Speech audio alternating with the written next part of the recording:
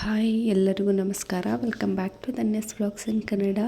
ಎಲ್ಲರೂ ಹೇಗಿದ್ದೀರಾ? I hope ಎಲ್ಲರೂ ಚೆನ್ನಾಗಿದ್ದೀರಾ ಅಂದ್ಕೊಳ್ತೀನಿ. ನಾನು ಕೂಡ ಚೆನ್ನಾಗಿದ್ದೀನಿ. ಯಾರೆಲ್ಲ ನನ್ನ ಯೂಟ್ಯೂಬ್ ಚಾನಲ್ಗೆ ಇನ್ನೂ ಸಬ್ಸ್ಕ್ರೈಬ್ ಮಾಡ್ಕೊಂಡಿಲ್ವೋ ದಯವಿಟ್ಟು ಸಬ್ಸ್ಕ್ರೈಬ್ ಮಾಡ್ಕೊಂಡು ನೋಡಿ, ಸಪೋರ್ಟ್ ಮಾಡಿ ಅಂತ ಕೇಳ್ಕೊಳ್ತೀನಿ. ಇವತ್ತು ನಾನು ಟಿಫನ್ನಿಗೆ ಗೀ ರೈಸ್ ಮತ್ತು ಕುರ್ಮನ ಮಾಡ್ಕೊಳ್ಳೋಣ ಅಂತ ಹೇಳಿ ರೆಡಿ ಮಾಡ್ಕೊಳ್ತಾ ಇದ್ದೀನಿ. ಮೊದಲಿಗೆ ಗೀ ರೈಸ್ನ ಮಾಡ್ಕೊಳ್ಳೋಕ್ಕೆ ಸ್ಟವ್ ಮೇಲೆ ಒಂದು ಕುಕ್ಕರ್ನ ಇಟ್ಕೊಂಡು 2 ಟೇಬಲ್ ಸ್ಪೂನ್ ತುಪ್ಪ, ಸ್ವಲ್ಪ ಎಣ್ಣೆನ ಸೇರಿಸ್ಕೊಂಡಿದ್ದೀನಿ. ಅದಕ್ಕೆ ಪಲಾವ್ ಎಲೆ, ಕಸೂರಿ ಮೇಥಿ, ಮರಾಠಿ ಮೊಗ್ಗು ಇಷ್ಟನ್ನು ಹಾಕ್ಕೊಂಡು ಗೋಡಂಬಿ, ಹಸಿರು ಮೆಣಸಿನ್ಕಾಯಿ, ಈರುಳ್ಳಿ ಇಷ್ಟನ್ನು ಹಾಕಿ ನೀಟಾಗಿ ಫ್ರೈ ಮಾಡಿಕೊಂಡು ಅದಕ್ಕೆ ನಾನಿವಾಗ ಬಟಾಣಿ ಮತ್ತು ಜಜ್ಜಿ ಇಟ್ಕೊಂಡಿರುವಂಥ ಶುಂಠಿ ಬೆಳ್ಳುಳ್ಳಿ ಪೇಸ್ಟ್ ಇಷ್ಟನ್ನು ಹಾಕಿ ನೀಟಾಗಿ ಹಸಿ ವಾಸನೆ ಹೋಗೋವರೆಗೆ ಹುರ್ಕೊಂಡು 1 ಲೋಟ ಆಗುವಷ್ಟು ಹಾಲನ್ನು ಸೇರಿಸ್ಕೊಂಡಿದ್ದೀನಿ. ನಾನಿಲ್ಲಿ 1.5 ಕಪ್ ಆಗುವಷ್ಟು ಅಕ್ಕಿನ ತಗೊಂಡಿದ್ದೀನಿ, ಹಾಗಾಗಿ 3 ಲೋಟ ಆಗುವಷ್ಟು ನೀರನ್ನು ಸೇರಿಸ್ಕೊಳ್ತಾ ಇದ್ದೀನಿ. ನೀರನ್ನು ಸೇರಿಸಿ ನೀಟಾಗಿ ಅದನ್ನು ಸ್ವಲ್ಪ ಕುದಿಯೋಕ್ಕೆ ಬಿಟ್ಬಿಟ್ಟು ಅಕ್ಕಿನ ತೊಳೆದು ಸೇರಿಸ್ಕೊಂಡು ರುಚಿಗೆ ತಕ್ಕಷ್ಟು ಉಪ್ಪನ್ನು ಹಾಕಿ ಮಿಕ್ಸ್ ಮಾಡಿಕೊಂಡು ಕುಕ್ಕರ್ನ ಕ್ಲೋಸ್ ಮಾಡಿ 2 ವಿಷಲ್ ಕೂಗಿಸ್ಕೊಂಡ್ರೆ ಆಯಿತು. ರುಚಿಯಾಗಿರುವಂತಹ ಗೀ ರೈಸ್ ರೆಡಿನೇ ಆಗೋಗ್ಬಿಡುತ್ತೆ. ಕುಕ್ಕರ್ 2 ವಿಷಲ್ ಬಂದಾದಮೇಲೆ ತೆಗೆದು ತೋರಿಸ್ತಾ ಇದ್ದೀನಿ ನೋಡಿ. ತುಂಬ ಉದ್ದುದ್ರಾಗಿ ತುಂಬ ಟೇಸ್ಟಿಯಾಗಿ ಬಂದಿತ್ತು.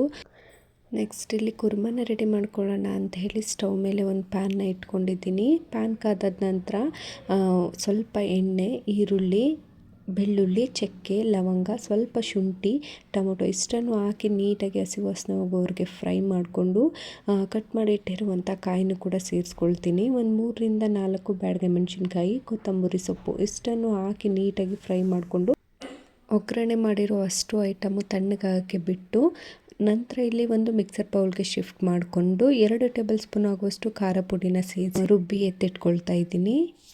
ನೆಕ್ಸ್ಟ್ ಇಲ್ಲಿ ಸ್ಟವ್ ಮೇಲೆ ಒಂದು ಪ್ಯಾನ್ನ ಇಟ್ಕೊಂಡು ಎಣ್ಣೆ, ಈರುಳ್ಳಿ, ಚಿಕ್ಕದಾಗಿ ಕಟ್ ಮಾಡಿರುವಂಥ ಟೊಮೊಟೊ ಇಷ್ಟನ್ನು ಹಾಕಿ ಸಾಫ್ಟ್ ಆಗೋವರೆಗೆ ಹುರ್ಕೊಂಡು ತರಕಾರಿಗೆ ನಾನಿಲ್ಲಿ ಬೀನ್ಸ್, ಕ್ಯಾರೆಟು ಮತ್ತು ಆಲೂಗಡ್ಡೆನ ತೊಗೊಂಡಿದ್ದೀನಿ. ಅಷ್ಟನ್ನು ಹಾಕಿ ನೀಟಾಗಿ ಫ್ರೈ ಮಾಡಿಕೊಂಡು ನೈಟನ್ನೇ ನೆನೆಸಿಟ್ಟಿದ್ದಂತಹ ಬಟಾಣಿನ ಹಾಕಿ ನೀಟಾಗಿ ಹುರ್ಕೊಳ್ತಾ ಇದ್ದೀನಿ. ನೆಕ್ಸ್ಟ್ ರುಬ್ಬಿಟ್ಟಿರುವಂತಹ ಮಸಾಲೆನ ಹಾಕಿ ಎಷ್ಟು ಬೇಕೋ ಅಷ್ಟು ನೀರನ್ನು ಸೇರಿಸ್ಕೊಂಡು ನೀಟಾಗಿ ಈ ಥರ ಒಮ್ಮೆ ಕೈ ಆಡಿಕೊಂಡು ಮಿಕ್ಸ್ ಮಾಡಿಕೊಂಡ್ರೆ ಆಯಿತು.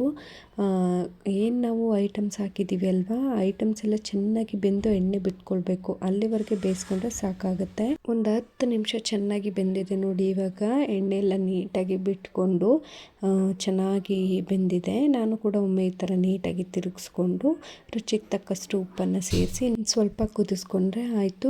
ರುಚಿಯಾಗಿರುವಂಥ ಗೀ ರೈಸ್ ಮತ್ತು ಕುರ್ಮ ನೋಡ್ತಾ ಇರ್ಬೋದು ನೀವೇ. ತುಂಬ ಟೇಸ್ಟಿ ಆ್ಯಂಡ್ ಹೆಲ್ದಿ ಕೂಡ. ನೀವು ಕೂಡ ಒಮ್ಮೆ ಮನೇಲಿ ಮಿಸ್ ಮಾಡದೆ ಟ್ರೈ ಮಾಡಿ. ರೆಸಿಪಿ ಹೇಗೆ ಬಂದಿತ್ತು ಅಂತ ಕಾಮೆಂಟ್ ಮಾಡಿ. ಯೂಶ್ವಲಿ ಮಕ್ಳಿಗಂತೂ ತುಂಬಾ ಇಷ್ಟ ಆಗುತ್ತೆ ಈ ರೆಸಿಪಿ. ನೀವು ಕೂಡ ಮಾಡಿ ನೋಡಿ ಅಂತ ಹೇಳ್ತಾ ವಿಡಿಯೋನ ಇಲ್ಲಿಗೆ ಎಂಡ್ ಮಾಡ್ತಾ ಇದ್ದೀನಿ. ಯಾರೆಲ್ಲ ನನ್ನ ಚಾನಲ್ನ ಇನ್ನೂ ಸಬ್ಸ್ಕ್ರೈಬ್ ಮಾಡಿಲ್ವೋ ದಯವಿಟ್ಟು ಸಬ್ಸ್ಕ್ರೈಬ್ ಮಾಡಿ, ಸಪೋರ್ಟ್ ಮಾಡಿ ಅಂತ ಕೇಳ್ಕೊಳ್ತಾ ಇದ್ದೀನಿ. ಥ್ಯಾಂಕ್ ಯು ಎಲ್ಲರಿಗೂ.